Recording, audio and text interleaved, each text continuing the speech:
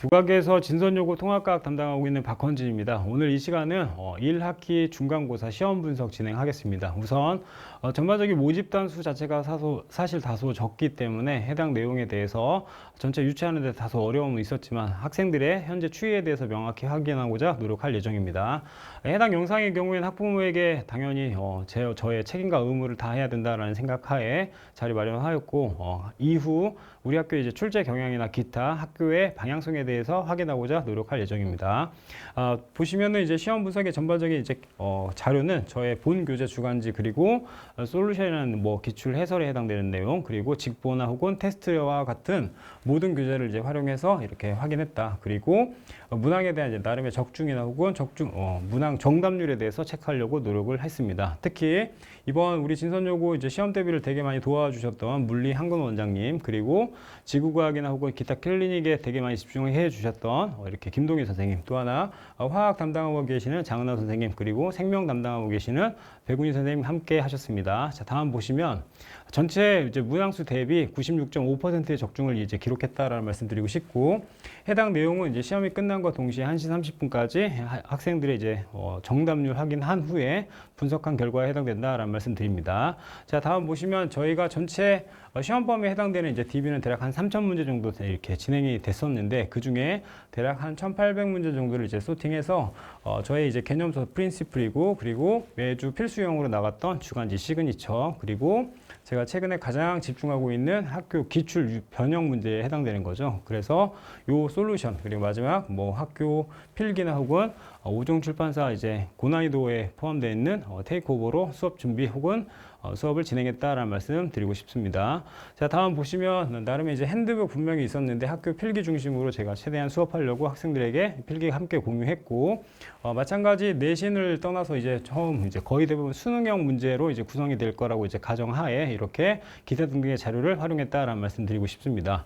우선 시험 대비 이제 초반에 시험 분석이나 혹은 내신 요약에 대해서 이렇게 면밀히 전달을 했고 그리고 전체 이제 어떤 포지션에서 가장 많이 나왔는지 혹은 최근 대략 한 4개 정도의 추세가 어떻게 됐는지를 학생들과 함께 공유했습니다. 그리고 학부모님들 아시다시피 시험 대비 요령이나 혹은 중간 대략 한 2주나 4주 정도의 현재 진선요구의 이제 학교 수업에 대해서 분석하고자 영상 전달했고 관련되어 있는 내용을 바탕으로 수업에 이렇게 적극적으로 반영했다라는 말씀 드리고 싶습니다. 모의고사 성적이나 혹은 테스트 그리고 개인 성적의 경우에는 이렇게 매주 진행이 됐는데 해당 내용은 기말고사 때부터 적극적으로 다시 한번 개선할 예정이다라는 말씀 드리고 싶고요. 그리고 공지사항을 통해서 학생들에게 최대한 많이 현재 즉 저녁까지 항상 클리닉 함께 하고 혹은 학생들 매우 힘들어하는 요소들을 이렇게 낱낱이 좀 정리하고 이렇게 자리를 잡아주려고 노력을 했다라는 점 말씀드리고 싶고요. 동영상이나 기타 클리닉 혹은 이벤트 꾸준히 진행하면서 학생들과 동기부여하는 수업을 진행하고자 노력했다라는 말씀 드리고 싶습니다. 무엇보다 박헌진 통합과학연구소 즉 제 홈페이지에 이제 해당되는 내용인데 매주 혹은 매 시간 끊임없이 클리닉을 진행하고 있습니다. 그래서 우리 진선요고 학생들도 새벽 늦게까지 항상 클리닉 함께 했던 친구들이 되게 많았는데 이후 기말고사에도 이 부분 개인별 맞춤 수업을 진행하고자 적극적으로 노력하겠다라는 다짐 전합니다. 자, 보시면 이제 오늘 이 시간 포인트가 되는 거죠. 출제 경향 말씀드리겠습니다. 다른 학교 대비 29문항은 사실 한 5문제 정도 많기 때문에 일단은 타임 어택 되게 주의해야 된다. 그리고 우리 학교의 이제 최근 추세, 즉 진선요고의 통합과학이라고 하면 항상 난이도가 쉽다라고 말씀을 하시는 경향이 있는데 수능형 자료 해석이 메인 포인트가 되고 있고 거의 대부분 도표나 그래프 해석이 가장 중요하지 않나라는 생각이 듭니다. 고로 이과를 준비하는 친구들의 경우엔 물화생지 각 영역에 그래프나 혹은 도표로 이제 파생되는 문제에 대해서 적극적으로 준비를 해야 된다라는 맥락을 함께 하고 있습니다. 무엇보다 전체 선지 구성상 사실 이제 교과서 정독이나 특히 학교 필기에 대한 명확한 암기가 굉장히 중요하지 않나 생각이 듭니다. 그래서 학생들이 중학교 대비 고등학교에서도 더욱 학교에 특화된 수업을 진행하는 것이 가장 중요하지 않나라는 생각을 다시 한번 전달해 드립니다. 그래서 우리 각 선생님들과 이제 함께 협의한 바 어려운 문항 대략 한 6개 보통 문항 7개 그리고 나름의 이제 쉬운 포지션을 갖는 게 한 16문제로 전반적인 난이도, 즉 강사 체감 기준 난이도는 대략 중정도에 해당된다. 그리고 영역별로 봤을 때는 사실 뭐 거의 n분의 1 이제 파생시킨 경우가 되게 많은데 물리 파트 8문항으로 다른 부분보다는 다소 비율이 높지 않았나라는 말씀드리고 싶고요. 제가 지속적으로 계속 말씀드리는 모식도 및 그림 해석, 즉 수능형 문제, 그리고 고난이도 수능 변형이 이제 거의 많은 포지션을 차지하고 있고, 특히 우리 진선요구 학교 기출에 대해서 집중을 해야 된다. 다시 정리하자면 우리 진선요구 기출에 대해서 정확히 정리를 하고 체계화하는 것이 1등급을 향하는 길이지 않나라는 말씀을 드립니다. 자, 보시면 영역별로 이렇게 다시 한번 체크를 했습니다. 그래서 전체 이제 문항의 구성상 이제 사실 나름의 빈도수가 다시 달라질 수는 있는데, 현재 상황에서 이제 가장 중요한 건 오답 체감이라고 할 수 있습니다. 고로 전 영역 중에서 화학 파트의 난이도가 굉장히 어려웠다라는 거 말씀드리고 싶고요. 그리고 생명과학에 이제 오답을 낼 수 있는, 즉 낚시형이라고 할 수 있죠. 혹은 함정 문제라고 할 수 있는 문항이 출제되었다라는 거 말씀드리고 싶고요. 구성상 이제 90% 이상의 이제 정답률을 기록하는 문항이 이 정도 됐다라는 거 정리하겠습니다. 그래서 본 교재나 주간지 혹은 솔루션 테이크오버 테스트에서 각각 어떤 유형들이 많이 출제되었나를 유사 확인하고 그 내용에 대해서 정리를 했습니다. 그래서 화학 파트에서 이제 나름의 난이도가 높았던 10번과 11번 그리고 서술형 3번이 있었다라는 거 말씀드리고 싶고요. 생명과학 파트에서 앞서 말씀드렸던 이제 함정형 문제에 해당되겠죠. 펩타이드 결합에 대해서 단어 이제 위치 바꿔서 약간 틀리게 하는 포지션들, 그리고 삼투 현상에 대해서는 이제 표 확인하는 문제들이 이렇게 출제되었다라는 말씀드리고 싶고, 지구과학 파트의 경우에 사실 이 난이도 자체가 지구가 원과 연계가 되기 때문에 다소 어려운 요소들이 분명히 있고, 암기의 이제 끝이 어디인가라는 이제 생각이 들 영역에 해당되는데, 여튼 학생들과 해당 내용 반복 수업하면서 나름 정리했다라는 말씀드리고 싶습니다. 자, 다음 보시면 문항 하나하나 이제 한 문제 이제 체크하겠습니다. 자, 일반적으로 나오는 이제 그래프상 VT 그래프는 당연히 나온다라고 얘기했고, 그 그래프의 이제 파생 혹은 그 그래프의 이제 변형에 대해서는 제가 충분히 수업을 진행했지 않나라는 말씀드리고 싶고요. 이번 문항의 경우에는 이제 학교 필기에 해당됩니다. 다시 말씀드립니다. 등속 원운동은 통합과학에 포함되어 있지는 않습니다. 그런데 여튼 학교 선생님, 즉 물리 담당하신 선생님께서 해당 내용에 대해서 최대한 집중하셨고, 그 내용 당연히 출제된다라고 이야기를 한 상황이고, 그리고 그 관련되어 있는 내용에 대해서 최대한 이렇게 가속도의 방향이나 혹은 중력의 크기에 대해서 인지하려고 노력을 했다. 그래서 여학생들의 경우에 사실 물리를 굉장히 힘들어하기 때문에 특히 여고의 경우에는 물리의 난이도가 그렇게 높지는 않으나 여튼 필수 핵심 요소, 즉 원리를 물어보는 문제에 대해서 정확히 집중해야 된다라는 말씀드리고 싶습니다. 자, 마찬가지 뭐 실험적 증명에 해당되는 거죠. 그래서 이 단원, 즉 중력 파트에서 가장 중요한 건 자연학화나 뭐 연직 운동에 대해서 포물선 운동과 이제 비교 분석하는 내용인데, 여튼 실험적 증명은 당연히 시험에 나온다고 이야기를 했고, 해당 내용 많이 연습했다라는 거 말씀드릴 수 있고요. 앞서 이야기했던 내용과 이제 거의 일맥상통한 부분이죠. 즉 만유인력과 중력에 대한 이제 상호작용 혹은 각각의 물체가 어떤 상호작용을 하는지에 대해서 인지하는 것이 매우 중요하지 않나라는 생각을 합니다. 자, 또다시 포물선 운동 나왔죠. 그래서 그 포물선 운동 같은 높이이기 때문에 문제의 난이도는 그렇게 높진 않으나 여튼 학생들이 각 방향이 달라짐에 따라서 체감하는 이제 느낌 자체가 사실 다르기 때문에 요 내용도 다소 어려울 수 있었지만 되게 많은 연습을 했다는 말씀드리고 싶습니다. 그리고 중력에 대해서 이제 나타나는 자연상은 여튼 진선요구 뭐 시그니처에 해당되는 거죠. 되게 많이 이제 출제가 되었기 때문에 그 유형 역시 유추할 수 있지 않나라는 말씀드리고 싶습니다. 자, 특히 이제 요 역시 학교 선생님의 이제 필기에 포함되어 있는 내용입니다. 그래서 뭐 수업 시간에 굉장히 강조하셨던 내용이고, 문제를 거의 이제 알려주시다시피 했던 내용에 해당되는 건데, 뭐 작용과 반작용 그리고 힘에 대한 이제 크기나 방향성에 대해서 정확히 인지하는 것이 매우 중요하지 않나라는 말씀을 드립니다. 자, 또 다시 나왔죠. 그래서 자연학과 포물선 운동이 거의 이렇게 유기적으로 연결된다. 지금까지 즉 대략 한 8문항 정도를 확인했는데, 진선요구는 매번 출제하던 내용들을 계속 반복해서 출제한다라는 그 경향성을 갖는다라는 거 다시 말씀드리고 싶습니다. 자, 기출 이제 7번에 해당되는 내용부터 이제 화학 파트로 이제 넘어가는데, 주기율표의 기본적인 개론에 대해서 정리를 했고요. 그리고 8번의 경우에는 주기율표의 이제 구성에 대해서 이야기했습니다. 그래서 주기율표의 각각의 원소나 혹은 그 결합에 대해서 먼저 이야기하기보다 주기율표에 대한 원론적인 이야기부터 하나하나 정리하고 과학적 원리 혹은 그 분류 기준에 대해서 명확히 인지하는 것이 굉장히 중요하며 특히 교과서를 바탕으로 학생들이 어떤 개념을 정확히 인지하고 있는지가 가장 중요하지 않나라는 생각을 합니다.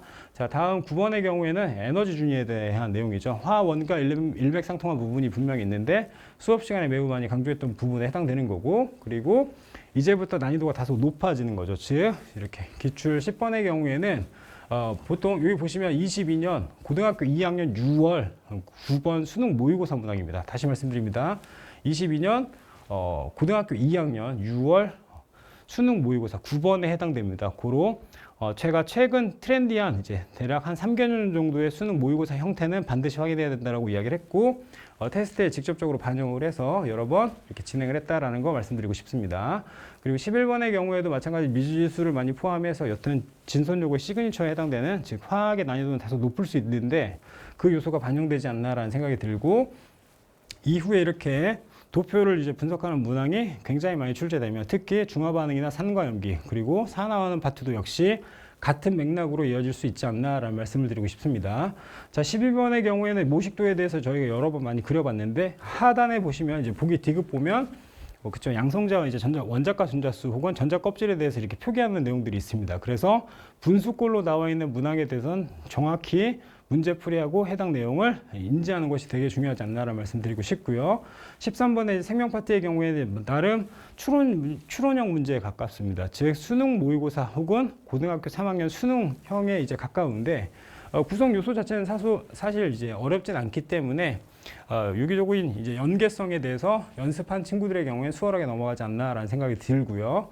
그리고 서술형 3번의 경우에는 사실 제가 이제 화학을 가리킬 때 가장 기본으로 가리키는 요소 중에 하나인데 이런 내용은 이제 교과서와 직접적인 연관성은 없으나 화학에 대한 정확한 개념이나 원리를 명확히 이해한 학생들이 굉장히 수월하게 풀 수 있지 않나라는 생각이 들고 해당 요소들이 거의 대부분 서술형에 반영되고 있다. 즉 과학적 원리나 개념에 대해서 굉장히 많이 이제 집중하는 요소가 우리 진선 요구는 다분하지 않나라는 생각을 하고 있습니다.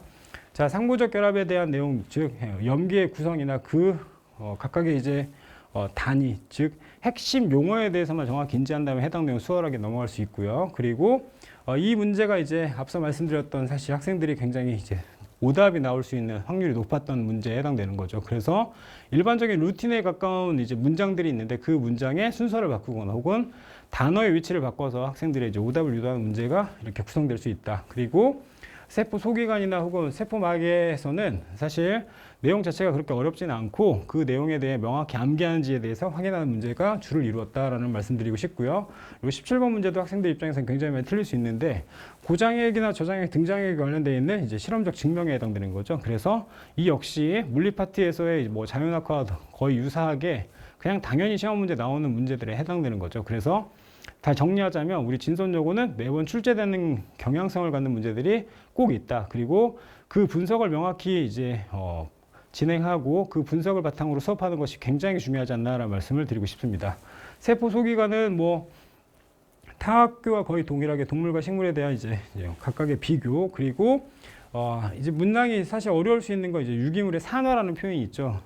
통합과학의 3단원의 산화하는 파트가 있고 그 내용을 정확히 선행하지 않았다면 사실 산화라는 그 단어 하나 때문에 힘든 요소가 분명히 일어날 수 있지 않나. 그런데 우리 학교 선생님은 아마도 수업 시간에 제가 정확히 확인은 못했지만 아마도 수업 시간 내에 해당 표현을 반드시 쓰셨을 거고 학교 필기를 되게 열심히 했던 친구들만 이게 넘어갈 수 있다. 그리고 여기 보시면 완자 페이지 206페이지 4번을 변형한 문제입니다. 그래서 기본적인 문제, 즉 비상출판사에 있는 문제를 바탕으로 혹은 수능 모의고사를 바탕으로 변형하시되 학교 수업에 있는 보기를 조금 이렇게 적절히 표현하셨다라는 말씀을 드리고 싶습니다. 세포 소기관에 대한 이제 뭐 난이도 중에 해당되는 문제에 가까운데 근육세포는 이제 간세포는 다소 이질감이 있을 수 있는 단어들입니다. 그래서 그런 용어들을 사용해서 조금 더 수업 혹은 문항의 난이도를 높이고자 노력을 했다라는 말씀드리고 싶고요. 우주 배경 복사의 경우에는 뭐 다소 쉬우니까 넘어갈 거고 마찬가지 스펙트럼의 경우에도 이제 거의 보기 구성이 사실 굉장히 중요한 요소이지 않나라는 생각이 드는데 여튼 스펙트럼을 통해서 원소의 종류를 확인할 수 있고 그리고 각각의 온도에 따라서 포지셔닝 되는 케이스가 있으며 특히 모식도에 대한 명확한 이해가 필요하다라는 말씀드리고 싶습니다. 자, 이 문제는 제가 수업 시간에 대놓고 나온다고 이야기했던 혹은 여러 번 이야기했던 문제에 해당됩니다. 고로 일반적으로 지구나 혹은 이제 생명체를 비교 분석하는 문제들이 굉장히 많은데 단어 때문에 지구와 지각을 비교할 것이다. 그리고 그들이 모식도나 혹은 그래프로 표현될 거라고 이제 표현을 했습니다. 여튼 해당 문제에 대해서도 나름 이제 추론할 수 있는 문제였지 않나라는 생각이 들고, 이 문항의 경우에는 태양계 행성과 지구의 형성 같은 경우는 사실 타 학교 대비 난이도가 낮은 편에 해당된다라는 말씀드리고 싶고요. 그리고 기본 모식도를 활용해서 별의 진화 과정에 대해서, 특히 하단에 보시면 각각의 내용이 이질감이 없습니다. 그래서 이 문항에 대해서 정확히 수업 시간에 암기하고 그리고 문제풀이를 통해서 적극적으로 정리하는 것이 매우 중요하지 않나라는 말씀을 드립니다. 자, 문항에 다소 이제 변형이 있었는데 각각 원자 생성 이전과 이후에 대한 이제 모식도, 그리고 그게 이제 시계열에 따라서 어떻게 분류되는지에 대해서 나름 변형했다. 그래서 학교 선생님은 24번을 굉장히 많이 신경 쓰시지 않았나라는 생각이 들지만, 여튼 저희 이제 테이크오버, 즉 출판사 고난이도 문항과 거의 유사한 유형을 갖는다라는 거 말씀드리고 싶습니다. 자, 다음 보시면 초신성 폭발도 역시 여러 번 수업 시간에 강조했던 내용입니다. 거의 대부분 별의 진화에서는 적색 거성이나 혹은 초고성에 대해서 많이 묻는다라고 이야기했고, 학생들과 수업 시간에 되게 많이 암기하려고 노력했다라는 점 말씀드리고 싶고요. 그래서 전체 라인업 이렇게 보시면 솔루션의 이제 적중 비중이 굉장히 높죠. 고로 학교 기출 변형이나 혹은 강남 3구에 있는 문항들의 이제 변형이 굉장히 많이 이루어지고 있지 않나라는 생각이 들고, 그리고 우종 출판사에 있는 문항들의 변형이 많이 일어나는 시험에 해당된다라는 거 말씀드릴 수 있습니다. 이후 진선 요구는 등급을 정하기 위해서 다소 난이도가 높아질 수 있습니다. 그래서 저는 솔루션과 테이크오버를 통해서 우리 학교의 시험 대비를 철저히 준비할 예정이다라는 말씀 드리고 싶고요.